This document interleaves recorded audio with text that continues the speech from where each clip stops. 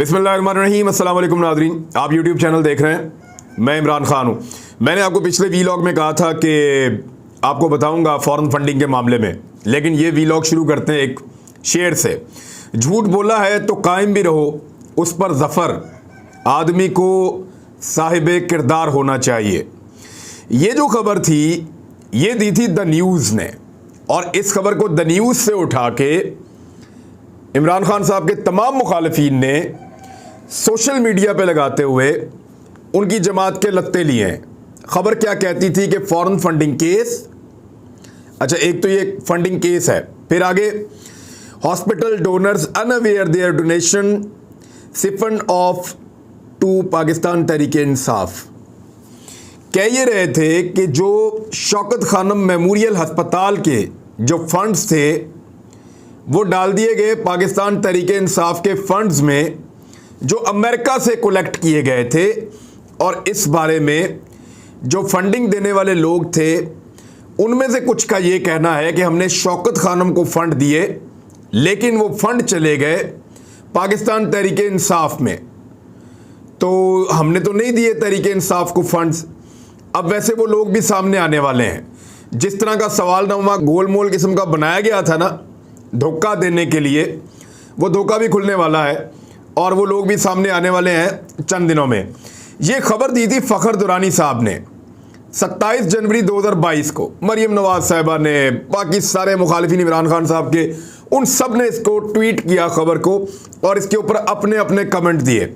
लेकिन आज फ़खर दुरानी साहब क्या लिखते हैं, यही उनकी बायलाइन है। लिखा हुआ है बाय फ़खर दुरानी, जनवरी 28 2022, यानी 24 घंटे गुजरने के अंदर अंदर, एक दिन के अंदर अंदर वही जर्नलिस्ट खबर दे रहा है।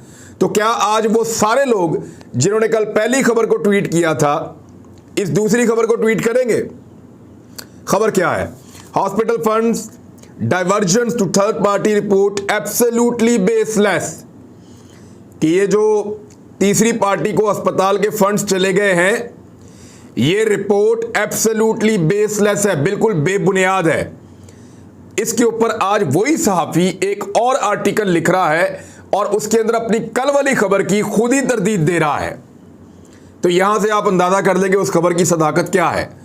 दूसरा, डॉक्टर रज़ाक साहब से रब्ता किया, मेरा डायरेक्ट नहीं, मेरे एक दोस्त का रब्ता हुआ, और उन्होंने मुझे कंफर्म किया है कि डॉक्टर रज़ाक साहब का ये कहना है कैलिफोर्निया में कि मुझसे ये स्टोरी देने से पहले, क्योंकि वो मेन आदमी है, LLC उन्होंने ही खोली थी, उन्हीं के पास फंड रेजिंग हुई थी, वही इसके लिए रिस्पॉन्सिबल है, वो मेन आदमी है, उनसे रब्ता ही नहीं किया गया।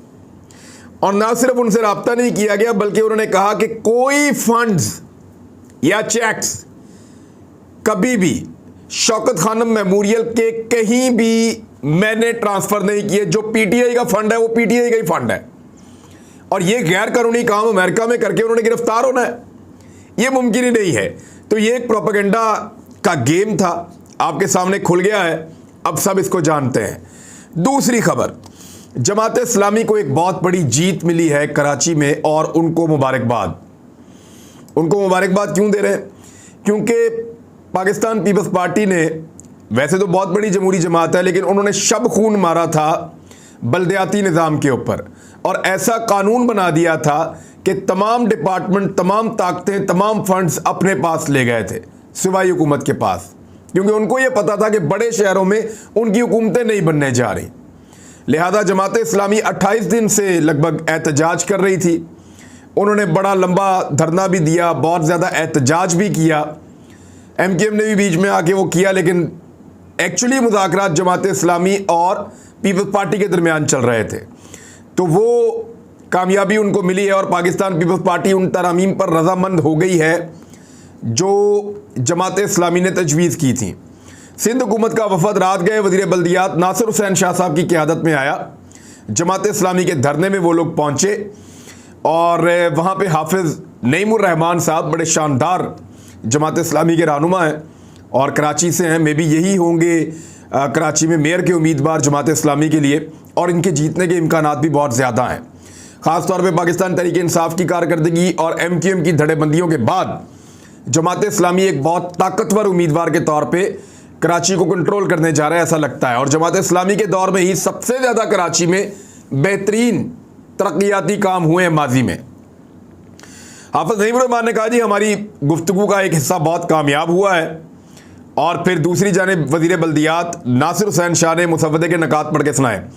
अब ये जो तालीम का निज़ाम है, हेल्थ का निज़ाम है, ये बहुत हद तक जो है वो चला जाएगा जो लोकल बॉडीज़ या बल्दियाती हुकूमतें उनके पास चला जाएगा। यूसी को माहाना और सालाना फंड्स की फराहमी आबादी की बुनियाद पर की जाएगी, ये भी बड़ी अच्छी बात है। और मेयर कराची जो है वाटर बोर्ड और सीवरेज बोर्ड के चेयरमैन भी होंगे, यानी पानी के मसाइल और सीवरेज के मसाइल वो बाकायदा मेयर कराची उसके चेयरमैन बनेंगे तो उनके कंट्रोल में आएगा। तो ये बड़ी ज़बरदस्त तरामीम है जो करवा ली है जमात इस्लामी ने। सिर्फ रोला नहीं डाला बल्कि उनके पास कंक्रीट चीज़ें थी, उनका पेपर वर्क मुकम्मल था, वो लेकर गए, उन्होंने एहतजाज किया, पीपल्स पार्टी के साथ बैठकर मुज़ाकरात किए, उनको कायल किया और अपनी चीज़ें मना ली। सिर्फ रोला नहीं डाला जमात इस्लामी ने। तो जमात इस्लामी इसमें मुबारकबाद की मुस्तहिक है। एक अफसोसनाक खबर जिसके बारे में मैंने आपको कल बताया था कि बलूचिस्तान लिबरेशन फ्रंट ने यह क्लेम किया कि उन्होंने 17 पाकिस्तानी सिक्योरिटी एहलकारों को कत्ल किया है, शहीद किया है और एक उनका आदमी मारा गया है। तो उस खबर की तस्दीक हो गई है हुकूमत पाकिस्तान की जानिब से। लेकिन यहाँ जो तस्दीक की गई है उसमें 10 एहलकार जो हैं वो एक चेक पोस्ट के ऊपर शहीद किए गए हैं। और ये जो 10 एहलकार हैं इनका ताल्लुक़ है पाक फ़ौज के साथ। और ये एक बड़ा इंतहाई अफसोसनाक वाक़या है। वाक़ई की तफसीलात जो अब तक सामने आई हैं उनमें 10 फ़ौजी पाकिस्तानी शहीद हुए हैं, 3 शिद्दत पसंद गिरफ़्तार हुए हैं, एक जो दहशतगर्द है वो मारा गया है और इसके बाद भी ऑपरेशन वहाँ पे चल रहा है। ये दश्त का इलाका है और बहुत दूर दराज का इलाका है। यहाँ पे चौकी मौजूद थी पाक फ़ौज की जिसके ऊपर अचानक हमला किया गया है। तो पाकिस्तान के लिए इट्स अ टफ टाइम। ये एरिया जो है केज का इलाका है और ये कोयटा से लगभग 800 किलोमीटर दूर है और ईरान के बॉर्डर की जानिब को ये इलाका लगता है। तो इंतहाई अफसोसनाक वाक़या है। पाकिस्तान की फोर्सेस को एक मरतबा फिर सख्त सूरत हाल का सामना है, जबकि prime minister of Pakistan Imran Khan साहब ने इसके ऊपर शदीद गमो रंज का इजहार किया है। और इसके साथ साथ उन्होंने ये भी कहा है कि जवानों के खून का एक एक कतरा मुल्क के तहफ़्फ़ुज़ का ज़ामिन है। बुज़दिल दुश्मन का एक मजबूत कौम से सामना है जिसने पहले भी दहशतगर्दी को शिकस्त दी है। और वज़ीर आज़म ने शोहदा के लवाहिकीन से इजहार हमदर्दी किया है। तो ये एक इंतहाई अफसोसनाक वाक़या। कुछ खबरें इंटरनेशनल फ्रंट से हैं वो मैं आपके सामने रख देता हूँ। नंबर 1 तो ये कि अफ़गानिस्तान में भूख की वजह से लोग गुर्दे बेचने पर मजबूर हो गए हैं। और स्काई न्यूज़ की एक वीडियो आई है और एक आर्टिकल आया है, उन्होंने मगरिब का जो मकरू चेहरा है वो बेनकाब कर दिया है। स्काई न्यूज़ के नुमाइंदों के मुताबिक अफ़गानिस्तान के ज़िला हरात से बाहर एक छोटे से गांव की कम्युनिटी में हमने गुर्बत और मायूसी और वीरानी देखी है। अपने इब्तदाई चंद दिनों में हमने पूरे ख़ानदान से मुलाकात की जिन्होंने अपने गुर्दे बेच दिए हैं ताकि वो कुछ खा सकें। सबसे पहले 3 भाइयों और उनकी 2 बहनों ने हमें बताया कि उन्होंने $1500 में अपने आज़ा इसलिए बेच दिए ताकि वो ख़ानदान के बाकी अफराद के लिए खाना मुहैया कर सके। एक ऐसी माँ भी थी जो अपने छोटे बच्चे की वजह से गमज़दा थी जो भूख से मर गया था। कई ऐसे वालिदैन को ये बताते हुए सुना गया कि अब वो अपने बच्चों को बेचने का किस तरह सहारा ले रहे हैं, यानी लोग बच्चे बेच रहे हैं, गुर्दे बेच रहे हैं, जिस्म के आज़ा बेच रहे हैं। रिपोर्ट के मुताबिक ऐसे जज्बाती डॉक्टर भी थे जिनके पास ज़ख्मों की ड्रेसिंग और सर्जरी के बुनियादी आलात तक वहाँ पे मैसर नहीं है। और ये वो मुल्क है जिसमें अक़वाम मुत्तहिदा के एक बहुत बड़े इत्तेहाद ने 20 साल गुजारे हैं। उसकी तामीर नौ के लिए अरबों डॉलर्स खर्च किए हैं। नुमाइंदों के मुताबिक वो जैसे ही वहाँ पहुँचे तो कुछ औरतों ने अपनी मेडिकल डॉक्यूमेंट्स इन्हें दिखाई जिन्हें मुख्तलिफ बीमारियाँ लाहक हैं। इसके अलावा कई औरतें आ गईं जो अपने बच्चों को उठाए हुए थीं और वो खुराक मांग रही थीं, हमसे इल्तिजा कर रही थी कि हमारी आवाज़ बने और दुनिया तक हमारा पैगाम पहुँचाएँ कि हम मर रहे हैं। अब ये सूरत हाल है वहाँ पे अफ़गानिस्तान में। और अक़वाम मुत्तहिदा ने क्या कहा है कि अफ़गानिस्तान में मामूल की ज़िंदगी जहन्नुम बन चुकी है। ये अक़वाम मुत्तहिदा का है। जो सेक्रेटरी जनरल अंटोनियो गुतेरेस हैं, उनका कहना है कि अफ़गानिस्तान में रोज़मर्रा की ज़िंदगी जहन्नुम बन चुकी है। अफ़गानिस्तान में इमदादी कार्रवाइयाँ महदूद करने वाले क़वानीन मुअत्तल किए जाएं और आलमी इमदाद से सरकारी वर्कर्स की तनख्वाहें अदा की जाएं। अब ये सिचुएशन है इस वक्त अफ़गानिस्तान की, जबकि मगरिब क्या कह रहा है इस वक्त भी। मगरिब ने अफ़गानिस्तान के लिए इमदाद बुनियादी हुकूक के फरामी के साथ मशरूत कर दी है। यानी वो कहते हैं कि औरतों को आप ये करने दें, वो करने, और सबसे बुनियादी हक इंसान के ज़िंदा रहने का है। वो कहते हैं आप हायर एजुकेशन दें, वो कहते हैं आप फ़लाँ चीज़ दें, वो पता नहीं चाह क्या रहे हैं। एक्चुअली वो दबाना चाहते हैं वहाँ की हुकूमत को और वहाँ के लोगों को, और सबक सिखाना चाहते हैं कि तुमने हमें शिकस्त क्यों दी। ये सिर्फ और सिर्फ उनकी शिकस्त का बदला है जो वो एक पूरी कौम से ले रहे हैं, और इसमें कुछ दिखाई नहीं देता।